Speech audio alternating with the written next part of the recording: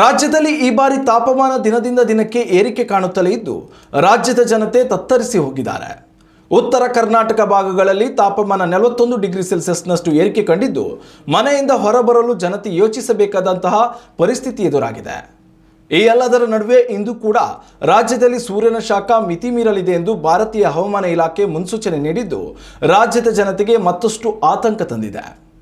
ರಾಜಧಾನಿ ಬೆಂಗಳೂರು ಸೇರಿದಂತೆ ಇಂದು ಉತ್ತರ ಕರ್ನಾಟಕದ ವಿವಿಧ ಜಿಲ್ಲೆಗಳಲ್ಲಿ ತಾಪಮಾನ ಮಿತಿ ಮೀರಿ ಹೋಗುವ ಸಾಧ್ಯತೆ ಇದೆ.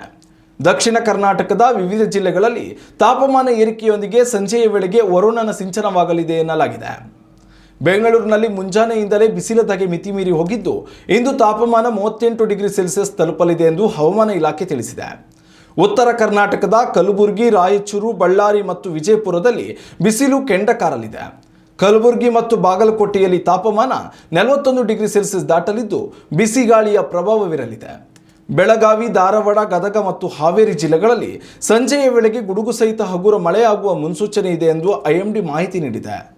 ಇನ್ನುಳಿದಂತೆ ದಕ್ಷಿಣ ಕನ್ನಡ, ಉಡುಪಿ ಹಾಗೂ ಉತ್ತರ ಕನ್ನಡ ಭಾಗಗಳಲ್ಲಿ ತಾಪಮಾನ ಗರಿಷ್ಠ 37 ಡಿಗ್ರಿ ಸೆಲ್ಸಿಯಸ್ ಇದ್ದರೂ ಸಹ ತೇವಾಂಶದ ಕೊರತೆಯಿಂದ ಅತೀವ ಸೆಕೆಯ ವಾತಾವರಣವನ್ನು ಈ ಭಾಗದ ಜನತೆ ಇಂದು ಅನುಭವಿಸಲಿದ್ದಾರೆ.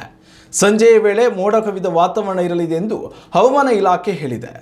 ಉತ್ತಮ ಸಂಸ್ಕಾರಯುತ ಶಿಕ್ಷಣದೊಂದಿಗೆ VSS English medium CBSE school Udupi Muddur. ನರ್ಸರಿಯಿಂದ 10ನೇ ತರಗತಿವರೆಗೆ ಶಿಕ್ಷಣದ ಜೊತೆಗೆ 5ರಿಂದ 10ನೇ ತರಗತಿವರೆಗಿನ ವಿದ್ಯಾರ್ಥಿನಿಯರಿಗೆ ಉತ್ತಮ ಹಾಸ್ಟೆಲ್ ಸೌಲಭ್ಯವೂ ಇದೆ. ನಿಮ್ಮ ಮಕ್ಕಳ ಪ್ರವೇಶಾತಿಗಾಗಿ ಈ ಸಂಖ್ಯೆಗೆ ಕರೆ ಮಾಡಿ.